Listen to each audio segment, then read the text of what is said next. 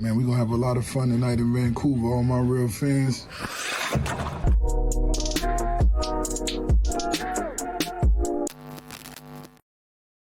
All right, you're a smart Canuck fan. You know all there is to know about your Vancouver Canucks, but how much you know about the Nashville Predators? Let's size it up next with the crossover, baby. Locked On Canucks and Locked On Predators.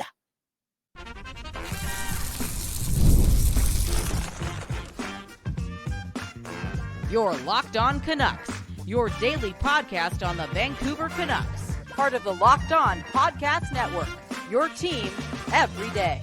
All right, I am joined right now by Trevor Beggs. Trevor is the co-host of the always fun and entertaining Locked On Canucks show, and Trevor is joining us. We're going to preview this really interesting first-round series between Vancouver and Nashville. Trevor, first of all, thank you for joining us. Second of all, did you have this matchup on your hockey bingo card? Not more than a week ago, I did not. That's for sure. And certainly going back to August and September, I don't think anyone in their right mind had this on their hockey bingo card. Again, we got two teams who were widely picked to miss the playoffs if you look at the odds heading into the season. So two of the most surprising teams in hockey meeting up in round one. Who doesn't love surprises? That's what sports is all about. It's gonna be so great. And what's so funny is nobody may have predicted this, but I'm telling you, there are so many people that can't wait to tune into this series because it's going to be really great. I think one of the things that we do here at Locked On Predators, when we do a game recap, we always do one word to describe the game. I'm going to put you on the spot. I want you to describe the Canucks regular season in one word and explain to me why you use that word. Yeah, surprising is too easy, but I'm going to go with thrilling. Nice. From the get-go, game one of the Canucks season where, honestly, the vibes weren't great. We had a potential Garland trade request and some Elias Pettersson contract drama. And this is before game one of the regular season, so the vibes weren't great. I think Canucks fans were preparing for another season where they were going to slump out of the gates and miss the playoffs, and who knows what's going to happen next. And what happens? They thump the Edmonton Oilers 8-1 on home ice. And that game really set the tone for the entire season. They came out of the gates hot after that. And again, they've been near the top of the standings for the entire season. And, I mentioned that word thrilling. This team was, they got some flack for being lucky, but they were one of the highest scoring team in the first half.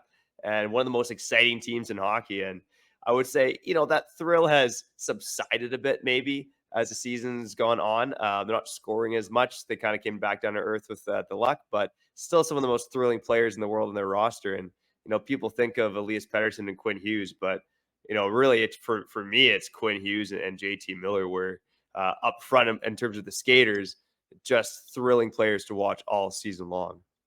Yeah. And I want to just be full disclosure, true confession. I was going back through and watching our prediction episodes for an episode we did on how right or wrong were we. And there was a clip where we were looking at the October schedule and I'm like, oh, and then you've got Vancouver. Like it was going to be a gimme game. And I look back at that now and I'm like, oh, man. Was I wrong? Like, y'all beat us 3 times. There was nothing gimme about Vancouver when it comes to the Nashville Predators. So yeah, it was surprising, and I'm glad it was thrilling for you all. It was a little bit tough, Vancouver, for the Nashville Predators. And how about let's hear your one word for the Nashville Predators season. You might have said it to your listeners before, but I'm curious how you would describe a season that was also surprising. So can't use that word. It was very surprising. The word I'm going to use in Nashville Predators fans know this story very, very well, and I'm sure Canucks fans probably do too. But the word is U2, because a U2 concert changed the trajectory of this Predators season, and it was so weird the way that this unfolded, Trevor. So they lost to Dallas.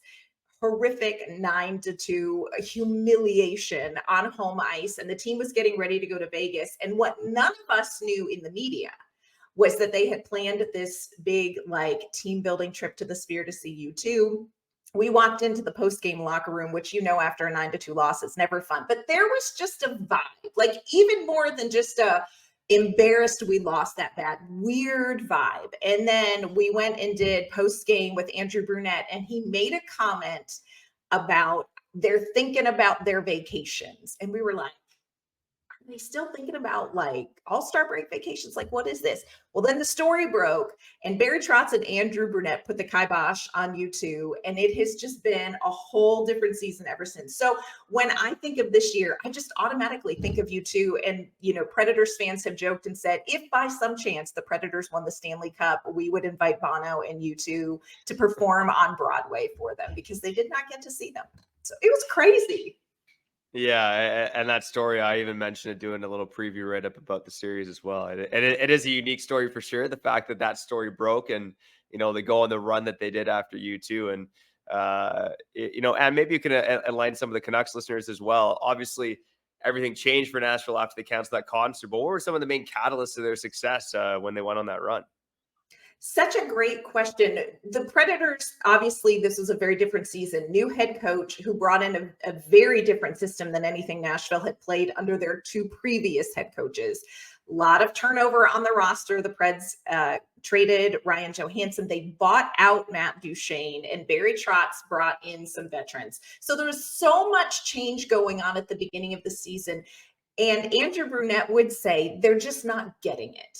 Like, the Predators team just didn't get it. And I think that was a come to Jesus moment for the Nashville Predators, in the sense that, like, not that they were, you know, not taking it seriously, but it was like a, hey, we've really got to focus. And it took some time, but I think what really happened in that 18-point streak for the Predators, that 18-game point streak, was that it clicked. Like, finally, the system that Brunette was trying to get going clicked. And then some of the players got back to what we were used to seeing from them. It was a rough start in Nashville. But I do think it was just time and repetition and repetition. It's not very glamorous, but I really think that was kind of the key for them. Yeah, and again, I've watched this Predators team a little bit down the stretch here, and they do look like a much different team from what the Canucks saw earlier in the season when they beat them in 3 straight games, right? Where Nashville looked very mid. That's what the word I would have used to describe them in the first half of the year was mid. Oh, And yeah. you know, the one thing I've been saying on Locked On Canucks is, you know, don't discount this Predators team. I think there's not just the Canucks, but I think a lot of Western Conference contenders are looking at Nashville and saying, like, oh, look at the surprise team that made the playoffs. But I'm sure your fans, Predators fans, know this, but you guys got some great players in place. And sure, I don't know if there's Stanley Cup aspirations in that market. Tell me if I'm wrong, but there's certainly the pieces there to really be a thorn in the side for the Canucks and other teams if they end up going on a run.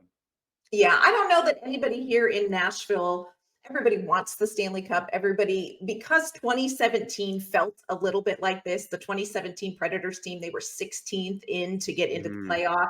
They were playing the President's Trophy winning Chicago Blackhawks. Nobody thought they had a chance. So I think there's like a romantic notion around Nashville about what the playoffs can look like when you sneak in. So we're going to see if that can repeat itself twice. I don't know.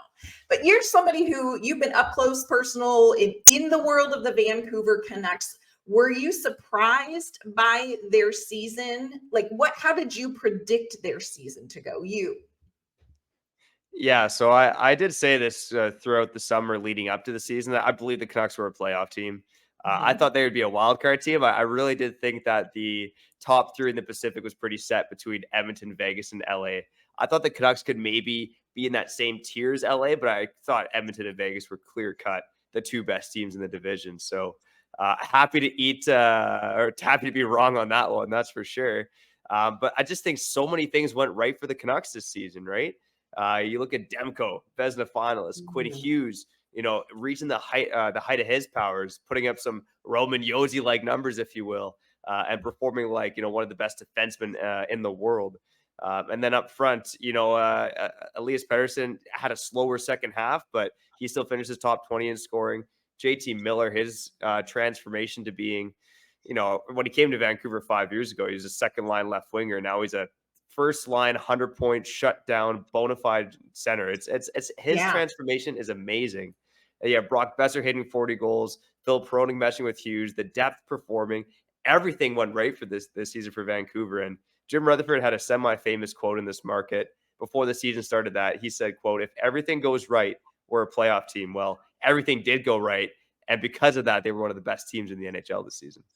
I think Vancouver shocked everybody, but you're right. When you look at what's on this roster and you look at the talent that's there, the experience that's there, you guys have an interesting core. It's young, but it doesn't play young. It's got just enough experience mixed with youth to be really successful. On paper, this Canucks team, it's scary, especially at the end of the regular season when we look at the stats of some of these players you're talking about. I mean, it is a whole thing. Coming up, we're going to name names. Okay, we've talked big picture, but we're going to name some names at positions. We're going to talk defensemen. We're going to talk forwards. We're going to talk goaltending together about this postseason first round matchup. Before we dive into all of that, though, do want to let you know today's episode is brought to you by our great friends at eBay Motors.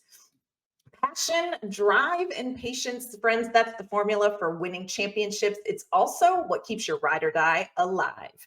eBay Motors has everything you need to maintain your vehicle and level it up to peak performance. Superchargers, roof racks, exhaust kits, LED headlights, and more. Whether you're into speed, power, or style, eBay Motors has you covered. With over 122 million parts for your number one ride or die, you'll always find exactly what you're looking for. And with eBay's Guaranteed Fit, your parts guaranteed to fit your ride every time or your money back, because with eBay Motors, you're burning rubber, not cash. With all the parts you need at the prices you want, it's easy to make your car the MVP and bring home huge wins. Keep your ride or die alive at ebaymotors.com. Eligible items only. Exclusions apply. eBay Guaranteed Fit only available to U.S. customers. All right, we are here with Trevor Beggs, co-host of Locked On Canucks, previewing what's going to be a really fun, interesting, we'll see how it goes, first round series. Let's talk about some of the players who maybe mirror each other in some ways on these two rosters. Let's talk defensemen. Two defensemen that are getting a ton of attention across the league, as well they should. Roman Josi and the incredible Quinn Hughes. I have said on Locked On Predators, and I stand by this, if the Hughes had a dog, I would want the Predators to draft it, because these Hughes, I don't know what's in that genetic pool, but wow. We're looking at two players who I think are in Norris conversation. I'm just going to go out on a limb and say I think Quinn Hughes is going to win it. That's not my personal preference, but I really do think Quinn Hughes has done everything he needs to do. So what do you see in Quinn Hughes's game, and what could maybe in the playoffs, what should we expect to see from him? And is there anything that you think may throw him off his game? Well, I think the one thing that could potentially throw him off his game, I don't think this is necessarily going to be the case, but it's being physical. And, obviously teams across the NHL have tried to do it, and this guy is as slippery as they come, right? It is hard to get a body on Quinn Hughes, and you talk about what makes him so great, and it's his escapism, his edge work, his ability to skate with and without the puck. I mean, there's stats out there. I think among defensemen this season, he's held on to the puck for a half an hour, 45 minutes more than any other defenseman in the NHL. I mean, the puck is always on Quinn Hughes' stick. And you'll see this as well in this series.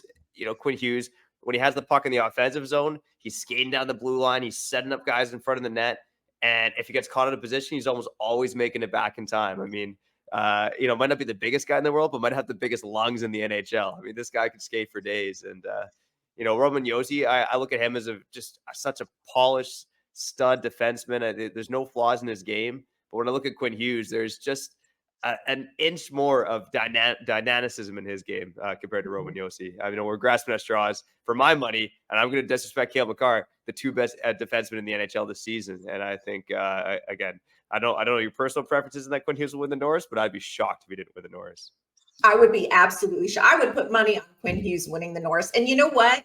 I would say most Nashville Predators fans would not squawk about that. If it went to Cale Makar, squawking everywhere. I'm just telling you how it would be in Nashville. when it comes to Roman Yossi, it's so funny you talk about, Quinn Hughes, and I see what you're talking about kind of that dynamic player. Like he's got that extra quick thing in his game. Roman Yossi wasn't this team's highest scorer this year, but he was tied his career high in goals. He had his second best year in points, 85 points. What's interesting is Yossi did not start out the season as well as he finished the season. And, I always say in hockey, like in relationships, timing is everything. And it's really good that Yossi's game is where it's at right now, because that's where it's going to need to be in this playoff round, especially against the offensive weapons that the Canucks have. Definitely playing some of the best hockey of his career. We'll see what he can do. Really, been good at the end of the season. He was so key in that 18-game consecutive point streak. I mean, he really was key. I think he had like 26 points in 18 games, 24 points in 18 games. So it's going to be really interesting, and I think it's going to be interesting for everybody across the NHL to watch these two defensemen play each other. Let's talk about the other side of the puck. Let's talk about JT Miller, 103-point JT Miller, bless, and Philip Forsberg. I think these are two offensive dynamos that are going to go at it. Talk to me about JT Miller and his game. Yeah, I mean, I couldn't help myself for mentioning him in the first segment, but again, we mentioned this on our show. He might be the most surprising 100-point player in the NHL over the past 30 years. And obviously a lot of guys hit that mark in the 80s when scoring was through the roof, but that's not really disrespect to JT Miller, just that it's really hard to get 100 points in the NHL. Yeah. And again, like the fact that not only is he, putting up 100 plus points, but he goes up against the opposition's best line on a night-to-night basis. So you mentioned JT Miller and Philip Forsberg, especially at Rogers Arena. Expect those two to be going head-to-head.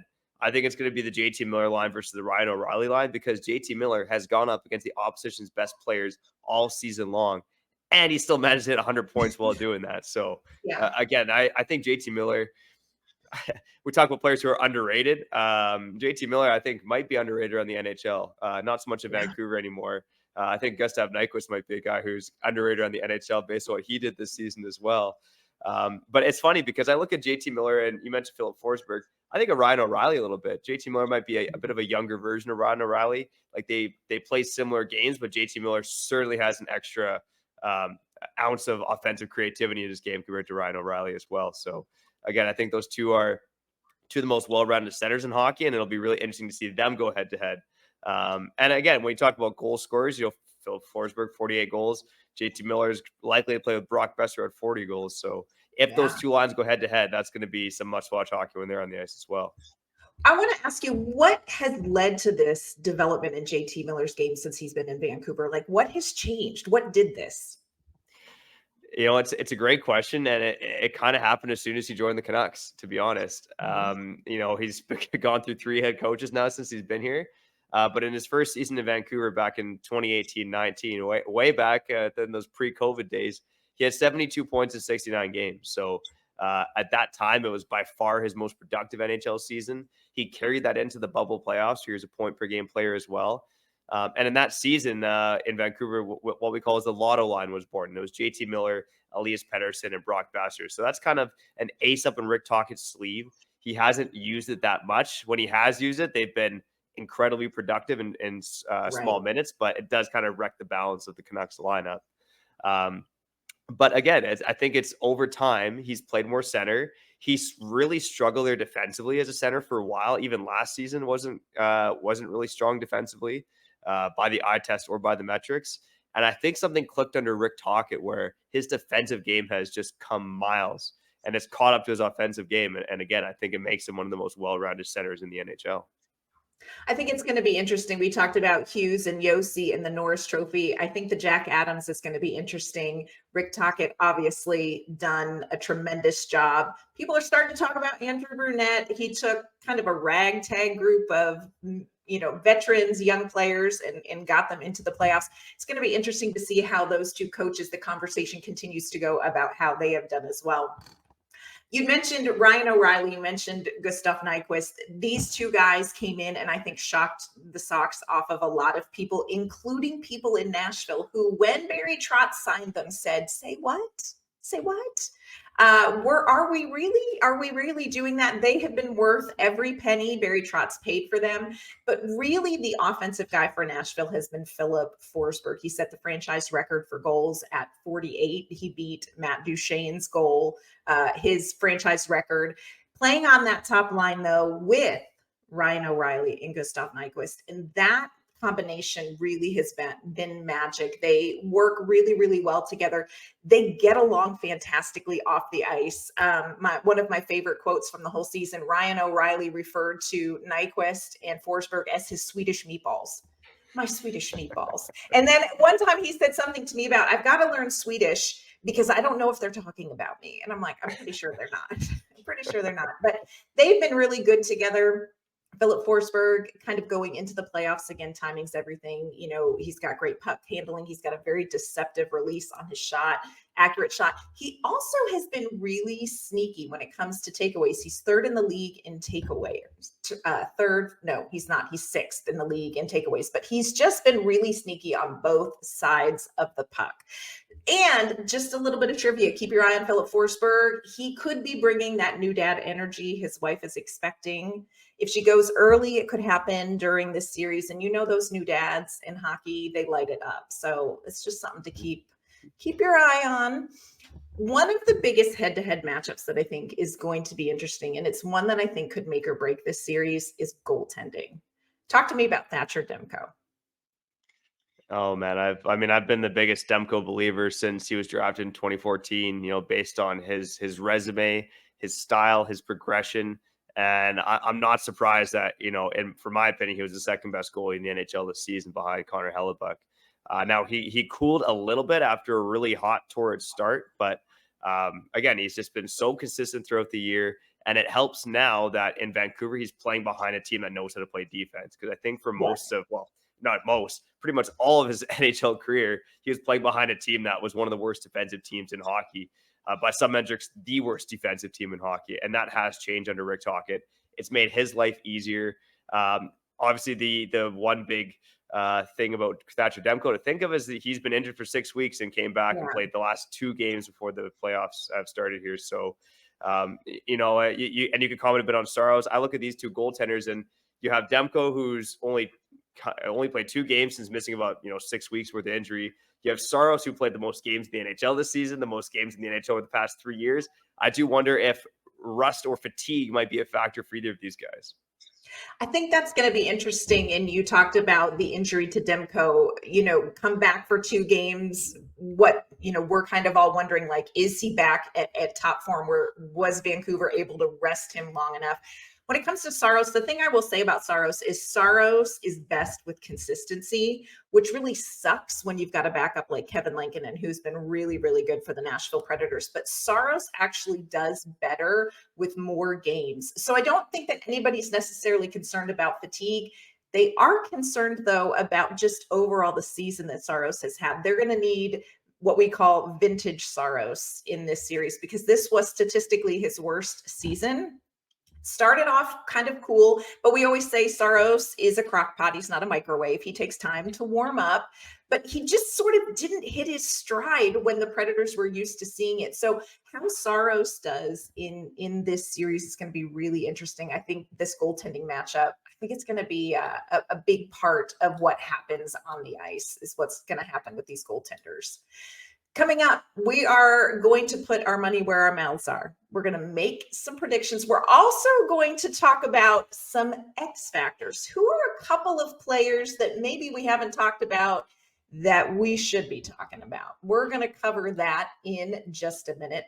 First, want to let you know this episode is brought to you by Sleeper. It is playoffs, my friends, and not just NHL players are focused on what happens on the ice. When these 2 teams kick off the first round series, you too can play along with daily fantasy hockey on Sleeper. You can win big by playing daily fantasy hockey on Sleeper. It is the official daily fantasy app of the Locked On NHL Network. Sleeper is our #1 choice for daily fantasy sports, and especially daily fantasy hockey, because with Sleeper, you can win 100 times your cash in daily fantasy hockey contests.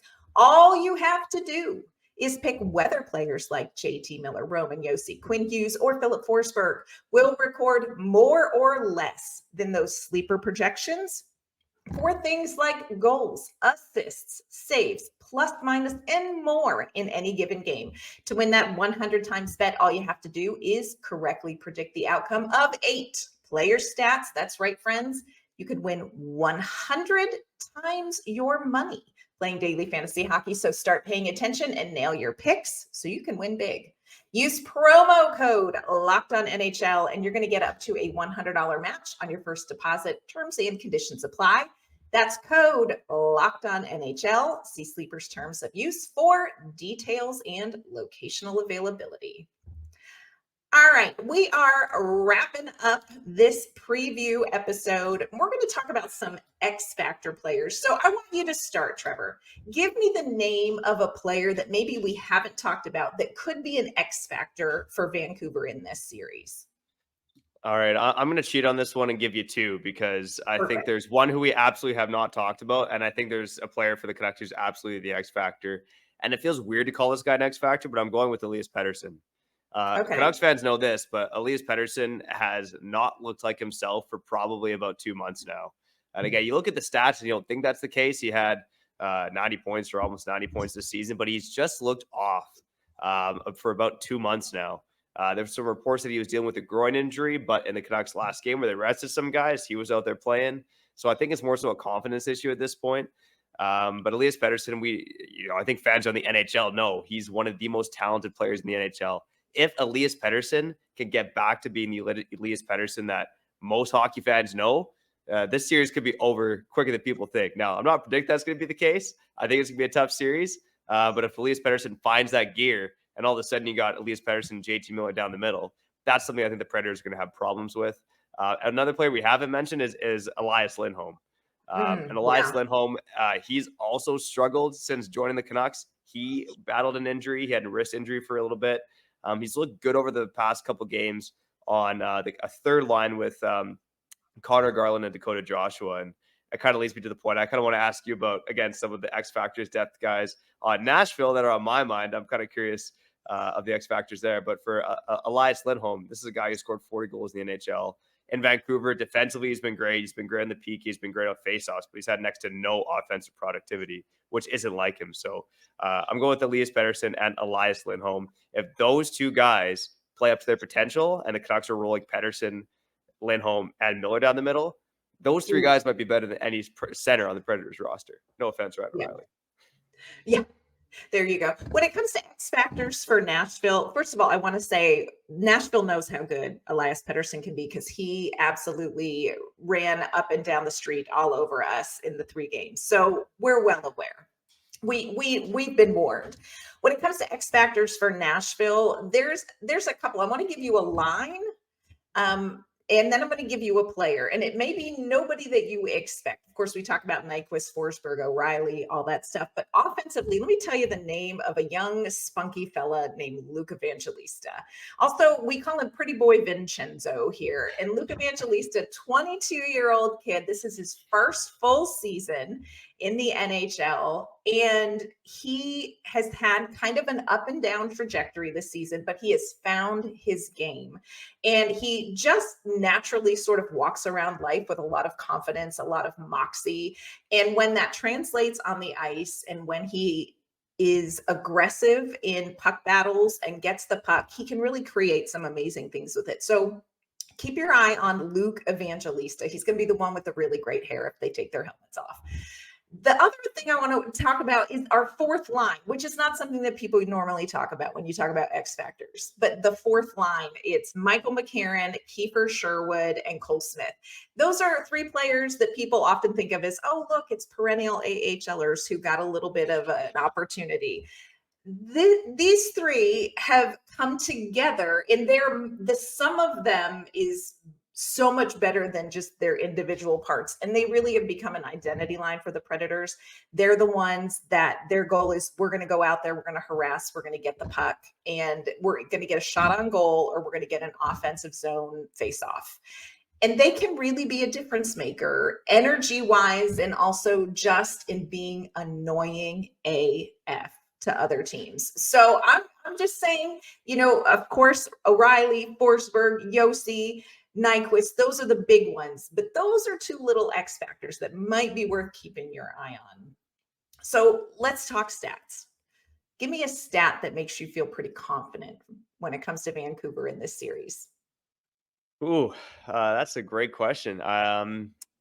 You put me on the spot a bit, but for me, it's their defensive numbers, and I look at their expected goals. I don't have it in front of me, but I know they have one of the lowest expected goals in the NHL. Yeah. And when I was doing my research prior to this series, one of the things that stood out was the Canucks are a lower event team than Nashville, a lower expected goals and lower actual goals, or lower expected goals for and against. And Nashville has higher expected goals and higher expected goals against. So I do wonder in playoff time when the margins are smaller. For me, it's a big question. And it's a storyline. Is Andrew Burnett's style going to translate to the playoffs? Because it didn't really translate in Florida with the more offensively potent team. And Right. I look at this Nashville Predators, and I think they're third in the league in expected goals and scoring chances, but more of middle of the pack and actual goals, especially at even strength. So I do wonder if that's going to translate. And again, come playoff time, I kind of like the defensive style, the surprising defensive style that Rick Talk and the Canucks are able to play. And throughout the season, they've done such a good job of limiting chances against. So I'm curious how that matches up against the Nashville Predators team that seems to go quantity over quality. Yeah. I think that's going to be interesting. And I love that too, when you look at those two stats and you put it in a playoff format. I think like you said, I love what you said, when the margin of error is so much smaller, let's see how that all is actually going to sift out onto the ice. When it comes to Nashville, I'm actually going to look back at, these 3 games that our two teams played already this season, and the 3 games that Nashville played against Vancouver, where you all absolutely smoked us. Let's just be real. Forsberg, O'Reilly, and Nyquist combined in those 3 games had a total of 3 points. Goalie save percentage, .838 in those 3 games. But Philip Forsberg finished the season with a franchise record in goals. Nyquist with a career high in points and assists. Ryan O'Reilly had one of his best performances since his Cup Selke season. And Roman Josi tied his career high in goals in the Norris conversation. Goaltending has been solid. This is not the same Nashville team that y'all saw at the beginning of the season. So I think that is going to be a little bit of a surprise for a lot of Canucks fans. This may not be the team that you're used to seeing. So all of that aside, we've talked names, we've talked players, we've talked comparison. Let's talk what really matters. Let's talk about it. Who's going to win this series in how many games? What's your prediction? All right. Well, I can't do a different prediction of what I said earlier on Locked On Canucks. I'm going Canucks in 6. Again, I think it's going to be harder than, like you said, and a lot of Canucks fans think. I do think we had a lot of smart fans at this market who realize the Predators, have a good hockey team and got some, they got more experience on their playoff roster. When I broke it down earlier, it's, I think the Canucks have advantages at forward, on defense, in net, small margins, but I think they have advantages at all 3 positions. And on the penalty kill as well. I think that's another advantage. Or I think the Predators have an advantage. It's surprisingly on the power play. The Canucks power play has struggled, especially in the second half of the season. And again, that playoff experience. But, the Canucks play to their potential. And as I mentioned, if Pettersson and Lindholm are closer to the players that most people think they are, rather than the guys that were kind of struggling in the second half, then I feel pretty confident the Canucks are going to walk away with this in 6 games. It was interesting when this came down to, is it Vancouver or Dallas? Across the board, Predators fans would tell you, we want Vancouver. Yeah. We want Vancouver. So I think it's going to be really interesting. I have a head prediction and a heart prediction. Head prediction, I think this is going to be a 6 or 7 game series. I'm just saying, I've heard some Canucks fans say sweep in 3. That's not happening. But I think this is going to be a 6 or 7 game series. I will say my head answer is that the Canucks just maybe have a little bit more depth and reliability at depth, that Vancouver will take it. But I will say this, I will not be surprised if the Predators can take this series in 7. If it goes to 7, the Predators are going to be hungry. So we'll see what happens. It's going to be interesting. Again, a series nobody predicted, a series I think a lot of people are excited about. I know you all are at Locked On Canucks. Tell our listeners where they can find you and find the podcast.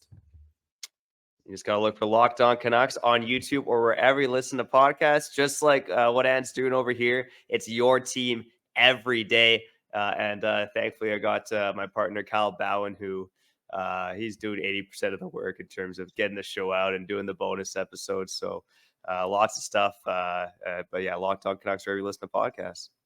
Awesome. And same thing here, Locked On Preds, wherever you get your podcast and on YouTube. Trevor, always a delight. And thrilled that you came on to chat with us. Maybe we need to schedule an episode and do a breakdown after this series. But until then, good luck. Maybe. Yeah, I don't know if I'll say good luck, but have fun. You know, again, it's going to be a fun series. It's going to be a fun series. You know, one thing we didn't mention that I've mentioned on the show before is Vancouver's 4th in the league in hits, Nashville 5th in the league in hits. I think it's going to be a physical series. I think it's going to be a series with not a lot of goals based on who we have in net. So I think it's just going to be a bit of a meat grinder series, but an entertaining one at that. So should be a fun one, Ann. And happy to rekindle and connect after the series is said and done. All right. Sounds great. Thanks, Trevor.